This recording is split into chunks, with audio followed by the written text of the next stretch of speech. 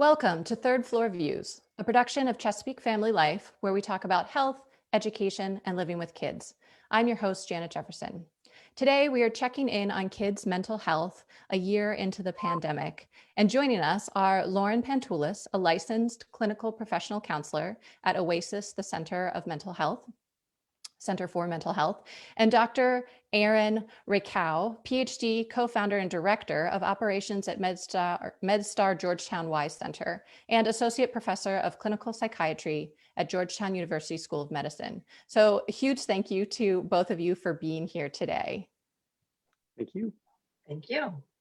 To our viewers, please feel free to submit any questions that you may have in the comment section, and we'll try to get to as many of those as we can. All right, let's jump right in. So, oh my goodness, here we are, we're a year in. And actually, Lauren and I spoke about this time last year about mental health. So I think this is a really interesting conversation to now revisit. I think it's a moment that the entire country and world are reflecting on this. Oh my gosh, here we are, we've been doing this for a year. The light is starting to glimmer at the end of the tunnel.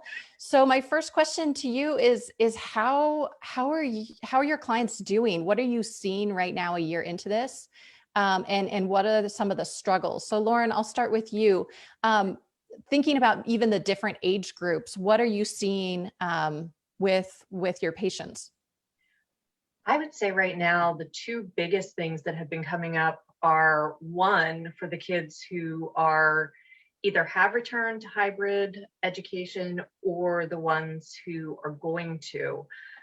Specifically, Anne Arundel County, we've got a lot of kids where that date is coming up, and a lot of the kids obviously have that on their mind. They've got concerns about how it's going to work. We've got the kids who aren't going back to hybrid, where I'm seeing a little bit of maybe fear that they're going to be missing out with their peers who are going back. The other thing that I've seen is a lot of online fatigue. So I'm seeing a lot of kids where grades have been dropping pretty rapidly. They're tired of doing this. And as a result, I'm seeing a lot of low motivation and discouragement among children.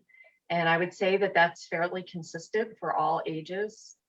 I do think that a lot have in their mind that, okay, we just got to get through this school year and then everything's going to be back to normal next year, which, needless to say, we don't know. So those are pretty much the biggest things that I'm seeing. There's obviously a lot of anxiety wrapped through all of that.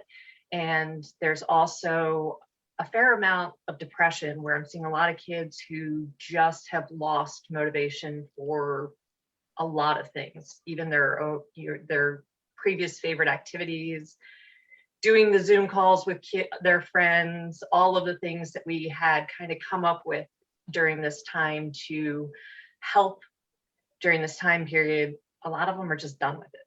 So that's what I'm seeing pretty consistently.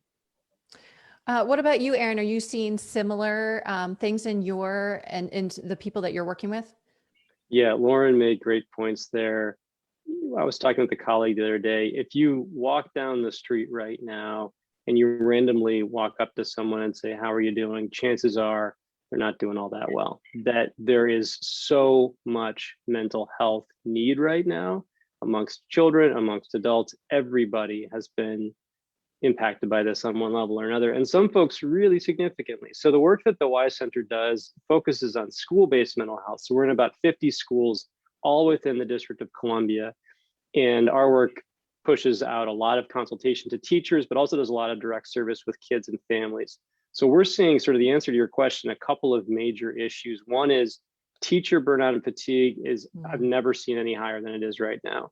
And there was a recent RAND report that came out about 2 weeks ago that said, this is an area, even pre-COVID, we knew that there were huge needs, but since the pandemic, there's a lot of concern around where are we going to be heading for this fall. And even if we are back in schools, at what emotional state are teachers going to be, and are they going to be ready to really pick up and return to the sense of normalcy that we're all so hoping is going to be possible.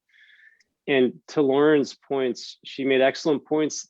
Kids are under so much stress, and they've been through this just really prolonged period of chronic stress. And when we look at this period of chronic stress, we can see real changes in neural pathological development, and that's concerning to us as well. There are kids that we're being able to see, those we know we've seen depression increase, anxiety increase, and then there's this whole second class of kids that we just haven't been able to have consistent eyes on over the past year. We don't know how they're doing. And those are the most scary situations for us because we haven't really had that connection. We've lost touch. Their parents have been under extreme stress and have not been able to engage with us at the school level. The child is not engaging consistently or at all in their virtual learning. It's just hard to say. So the data are not really out yet for us to say, this has been the impact of the pandemic on child psychopathology, but the early indicators anecdotally are not looking good. Mm-hmm. That's challenging. I think it sort of highlights that we're in a really challenging place, and we have a long ways to go to get out of it, and that we might not even, it's the tip of the iceberg. We don't even know what we don't know to some degree right now. So that sounds like we've got a lot of work to do. So with that, with both of you here, I think right now parents are really looking for tools. What are some things that you would suggest? You suggest either to your patients or to families or to teachers. How can we help kids manage this stress that they're under right now? What are some actual techniques or tips or tools that you are suggesting? Aaron, let's start with you. Sure. You know, there first of all are a lot of great interventions out there. We classify these into what we call evidence-based interventions, or interventions that are supported by science to work effectively. And there are so many wonderful resources out there for parents to be able to take advantage of. Some of the things that we're doing that are having real impact is we're connecting parents with other parents. We have been so isolated over the past year, and this has been such an individual process for us. We found that parents really want the ability to say, hey, can I do some level setting with another parent? Am I doing this okay? Is it okay for me to have lower patience right now? It is, by the way. Is it okay for me to be snapping at my kids more? It is, by the way. And you're probably digesting a lot of information about how wonderfully things have seemed to be going for your colleagues or for your peers, and they're developing all these new hobbies with their kids in their spare time. That's not the case for me. Am I doing something wrong? No, a lot of what you're seeing out there is a very selective version of reality, and this has been hard for everybody.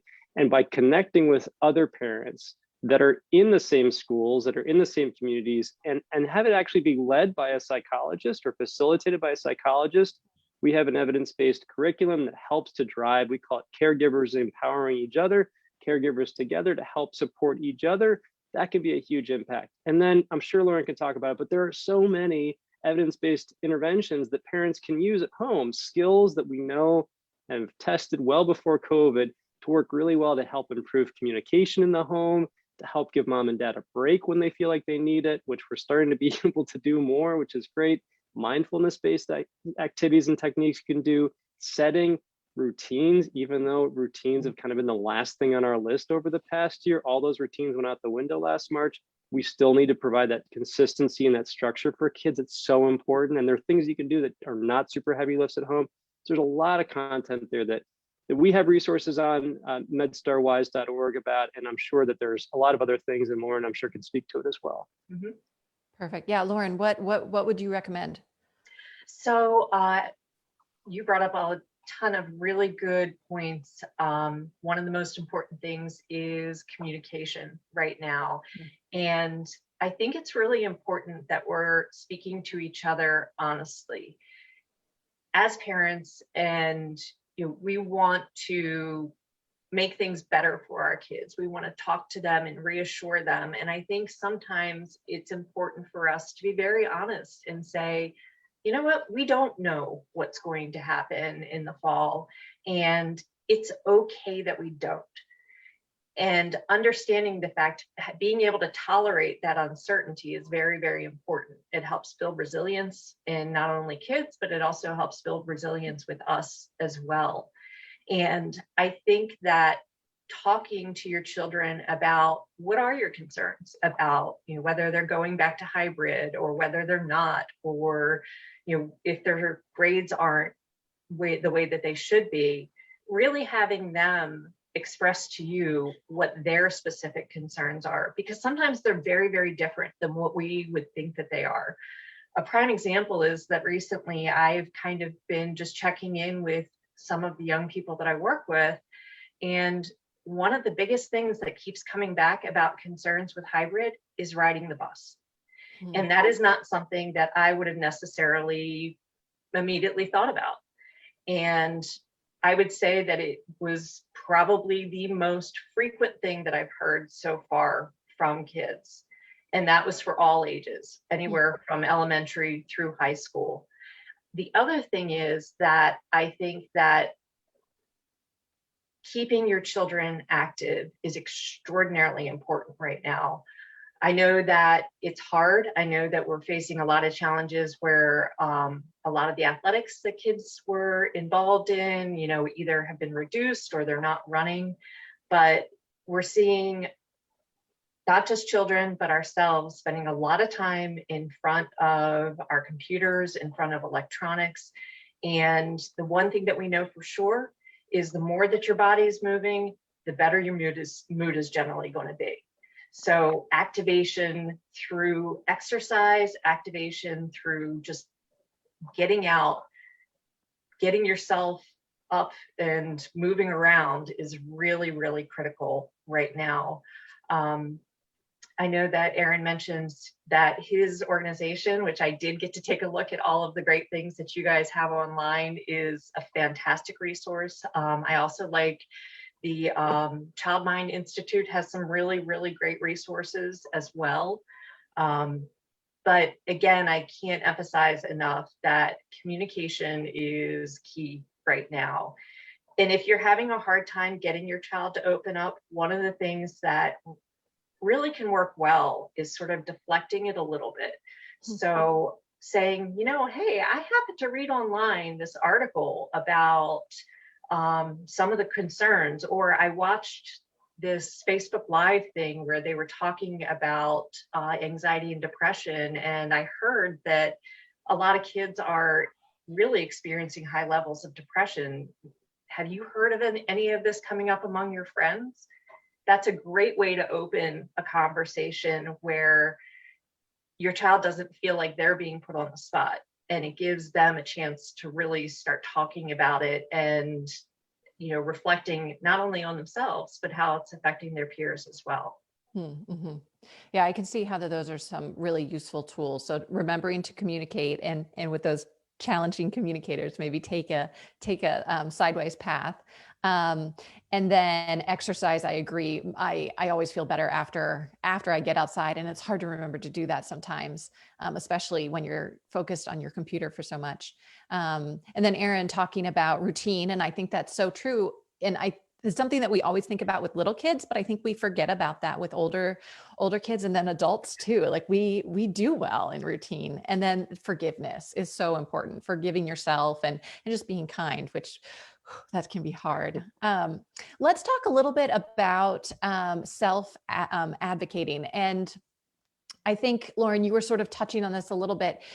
How can we sort of help our kids help themselves? How can we help them see where they're at and then see that they need help and move forward with that? And I think that's really important right now as we're all struggling. But then with a lot of change coming up on the horizon, maybe those needs will be different. And so being able to self-advocate I think is really important.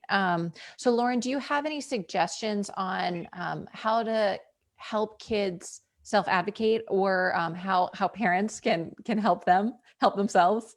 Yes, I think that one of the things that really, really is helpful is teaching our children that your teacher can be your best ally in this situation when it comes to academics. That I think that a lot of times, especially if their grades aren't doing well, or they're struggling in certain subject areas and they don't feel like online learning is really teaching them in the way that they need to be. And that's something that I hear a lot, where students are saying that specifically in certain subjects that they're really struggling with the online format. And I think teaching them that that's okay. We understand that. Your teacher understands that. It's not at all expected that you're going to have the same experience with this academic situation as another child is. And facilitating the relationship between your child and their teacher so that they see them as an ally and see them as somebody who is going to understand their situation. And I think that, like I said, sort of facilitating the communication in that you can help your child initially reach out to their teacher. And again, this is true for all ages, but not entirely do it yourself. You need to let your child take some of that step on their own. So whether it is writing an email to their teacher, or whether it is asking, to meet after class, talking them through how to do that, but letting them do it themselves is very, very important. And the sooner that they learn that, it's going to be a tool that they'll be able to use for all the way, whether it's through college, and then also not being judgmental in terms of what their struggles are is very important. So, having a very open dialogue about the fact that, yep, you know what, your math grade is not good right now, but that's okay. What we can do is put a plan in place to help you get to where you need to be, rather than, saying, you're going to be punished unless you get your grade up to where it needs to be. Instead, hey, let's see what we can do. Let's come up with a plan. This is not something that is completely unsurmountable. You can do this. And giving them that confidence to know that even when things go really bad, there is a way that it can be fixed. Mm-hmm. Yeah. And again, that goes back to communication and forgiveness. Really, really powerful things. Erin, what would you recommend with helping kids self-advocate? Are there any sort of tools or tricks that you help your patients or kids in school move forward with that? Yeah, kids self-advocate in a lot of different ways. And we usually think about self-advocacy as saying something like, I would like to think about an additional privilege at home, or X, Y, and Z. Why don't you give my brother and me dessert this evening? I think we've earned it, right? So there's a lot of ways to think about self-advocacy. Self-advocacy is also that child that's screaming. And what is the message behind that scream or that temper tantrum that you're interpreting as, boy, this child is either really getting on my nerves, or I've done something wrong as a parent to result in this. And all too often we forget that when we're seeing any form of self-advocacy, and again, a lot of that self-advocacy is going to be in a way that is not necessarily a desirable behavior, right? I've got a 4 and a 6-year-old, and I've seen plenty of that over the past year myself. You still want to make sure that you're being able to say and provide what we call unconditional positive regard. This is a super hard ask to do. When you're being screamed at by anyone, even your own child, to have unconditional positive regard seems like the last thing on your list. But it doesn't have to be that difficult. What that can be is, I see you, I hear you, what's happening is not okay with you, and I'm going to help you fix it, right? That level of interaction with a 2-year-old or with an 18-year-old can go a long way. And it's this it transcends the age spectrum from a child and adolescent perspective. That level of validation is so important. We don't have to, as parents, have all of the answers. We're not superheroes. You don't have to feel like whatever the child's advocating for, you have to know exactly how to respond. But just validating the feelings, just encouraging them to continue to build upon that ability to more effectively self-advocate is so important. So important. So yeah, I think that's definitely something that we can think about when we look at kids and when we work with kids. A lot of them have trauma backgrounds within the communities that we're working within. One positive adult can have such a huge buffering impact in a positive way against the potential outcomes of that trauma. And this validation and encouraging self-advocacy, the I hear you, you're loved, regardless of your behavior. I want to help you figure this out. And we might not find the solution today, but I'm here with you throughout the process, can be such a huge transformational element of that overall strategy. With that, that positivity and being that positive parent and validating your child, I think it's common for kids to choose one parent in particular where they feel most comfortable, and that's who they sort of emotionally dump on. What do you recommend to parents on how to manage that, how to cope with that, how to constantly give that validation and that positivity and be that rock when, especially right now, parents are struggling too. So do you have any suggestions for parents and how they can cope with that, or even how to redirect their child to sort of spread the love? What do you recommend, Aaron? First of all, I do not recommend that a parent constantly be this rock of emotional stability and strength and everything else. We all aspire to do that. It's not realistic. We've got to be forgiving with ourselves. So give yourself a break. You don't have to be super mom or super dad. You don't have to have all the answers. And it's okay to say, I need a break. I need to walk away. Those families that have the benefit of two caregivers in the home, that's a great opportunity to be able to say, look, I need to tag out to your partner. With two caregiver families, what's important also to think about is, how do we get on the same page from the get-go? This is a preventative step. So maybe sitting around Friday evening, you're able to say, wow, that was a really tough week that we just had because our son or daughter exhibited all these things and we sort of felt like we were trying to keep up with it in real time, but clearly we did not do our job. That was not the perfect example of parenting. How do we do better? Well, when you said this, it made me feel sort of invalidated. And when you did this, it sort of made me feel like the thing that I tried to do was not as important when I just had said it to our daughter a moment ago. So that kind of post-game analysis can be really helpful for increasing continuity, which we see to be one of the most important things within a parental dyad, for sure. In situations in which there's a single caregiver, that individual doesn't have that luxury of being able to lean on someone else. And it's okay to give yourself permission and to tell your child the ground rules of, I need to take a break. So sweetie, I hear you. I understand you're really upset. I want to make sure I can help you. I'm going to take a break. Let's have you take a break and let's come back together in X amount of time to talk about this further, right? Let's set you up with an activity or something that can occupy your time, or maybe I just sit here and hold you if that's all that I'm able to do right now, and I'm not able to really talk and process this much with you, so you don't feel invalidated. But I don't want parents to walk away from this conversation feeling like they at all have to have all the answers all at once.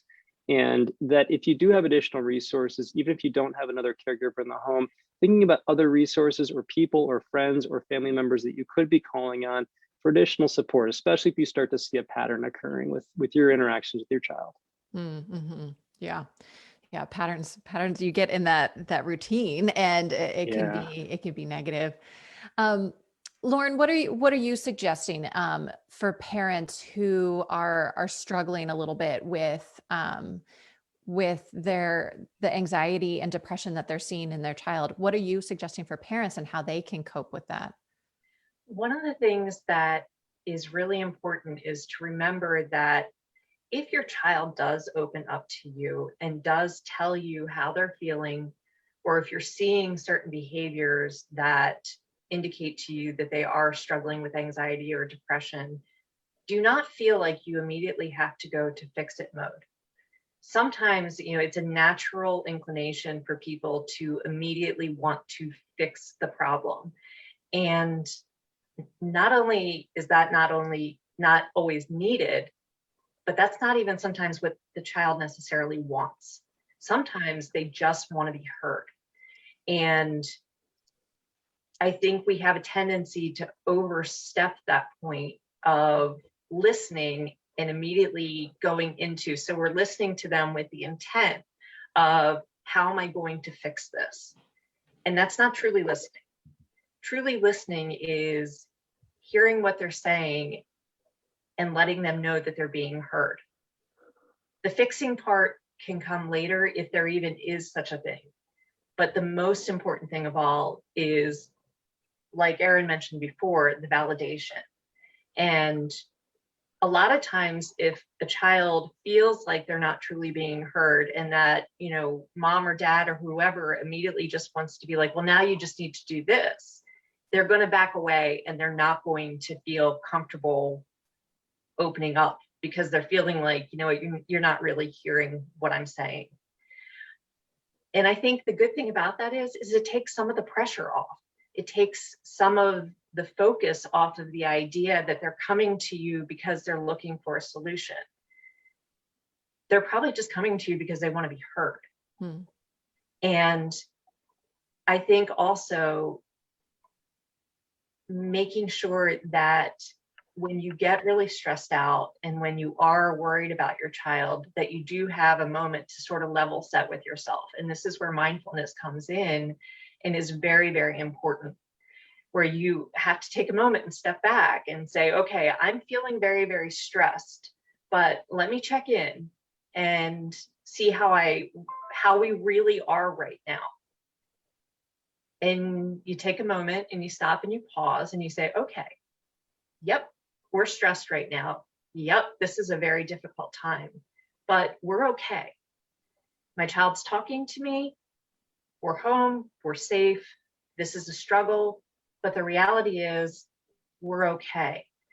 And I think as parents, it's really, really important for us to take those moments where we are resetting and we are, giving ourselves a realistic perspective of what's going on. I'm not in this alone. People all around me are struggling with the same types of issues right now. And even though this seems like a huge insurmountable obstacle at the moment, the truth is that in this moment, we're all actually okay. Right. So how do then parents know when they really need to be worried, when they need to seek professional help, when they need to worry about their child self-harming or worse? What are some of the warning signs that they should be watching? And I think it is, as you're saying, we are so isolated. So, it can feel really scary. So what are some things that you recommend? And Erin, let's start with you because I know you need to go.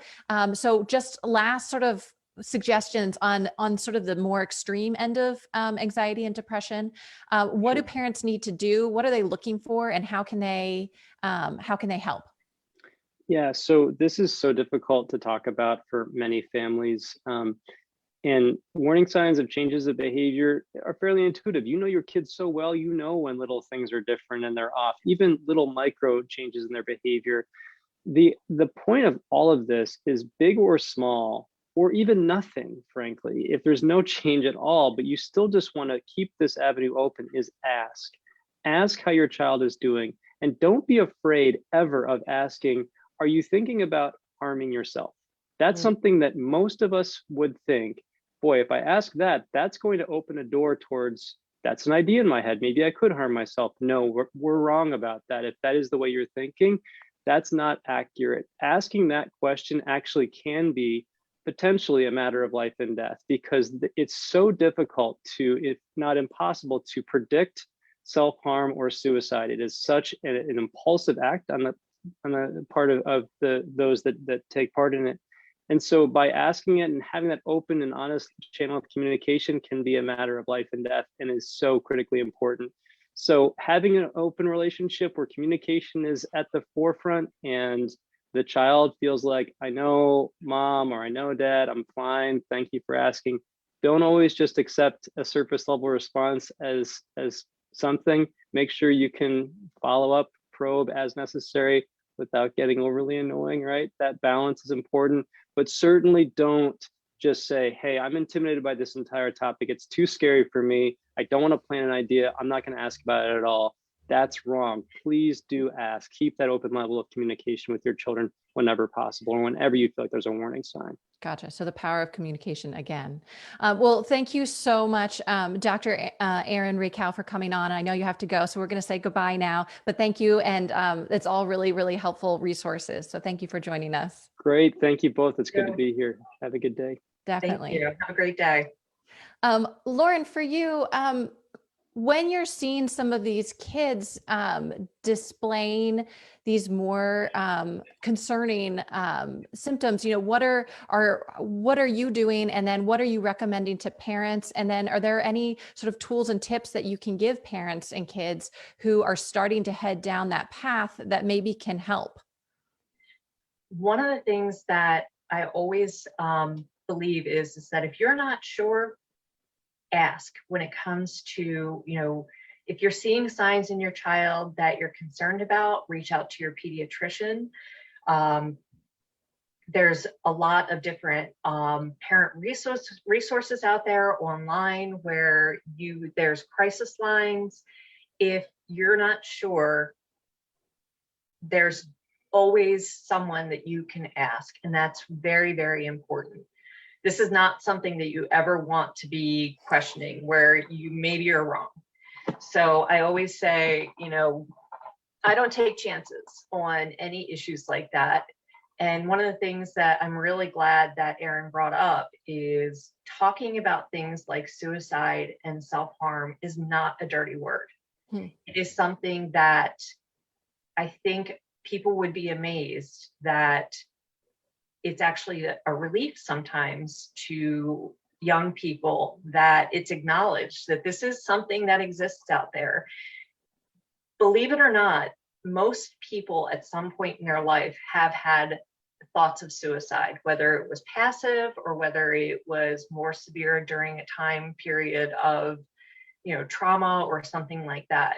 It is not something that only lurks in the dark corners of people's homes. So please feel comfortable talking about these things.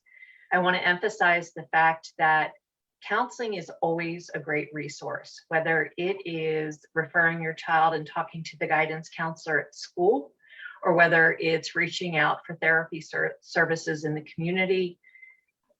Sometimes it's just good for kids to have someone to talk to. Even if you aren't seeing really severe levels of anxiety and depression, again, give them that chance, give them that resource if it's something that they're open to. It's rarely, if ever, a bad idea. Again, there are a lot of good information out there. I know a lot of different organizations have put together all kinds of great resources out there for parents, but don't be afraid to ask. And one of the things I want to emphasize, especially on the topic of depression, is that you may see changes in your child's behavior from day to day. They might have a week that's a bad week, and you notice that they're down. You might notice that they're sleeping more.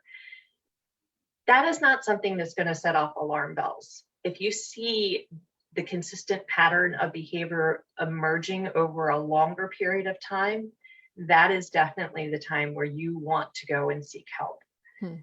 Again, looking for a consistent change in the pattern. And the other thing is remember that things such as anxiety don't always present in the ways that you think that they would. Sometimes anger is a really common way that anxiety and depression are expressed. So if you suddenly notice that your child is very irritable and snapping very easily, don't always assume that it's combative behavior. A lot of times it is an expression of some internal feelings, conflict that they're dealing with. Yeah, that's really helpful to remember, especially with kids. And I think younger kids too, when they're still developing and they're still learning themselves and they're still trying to navigate the world. So often the feelings don't necessarily line up with the problem. So that's a really helpful reminder. Well, thank you so much, Lauren Pantoulis, for joining us today and talking about where our kids are at with their mental health a year into the pandemic. Thank you also to all of our viewers and listeners as well. Make sure that you visit ChesapeakeFamily.com for up-to-date local information on home, health, and living for today's Maryland parent. This episode will be archived on ChesapeakeFamily.com in video and podcast format. I'm Janet Jefferson with Chesapeake Family Life and Third Floor Views. Thank you so much.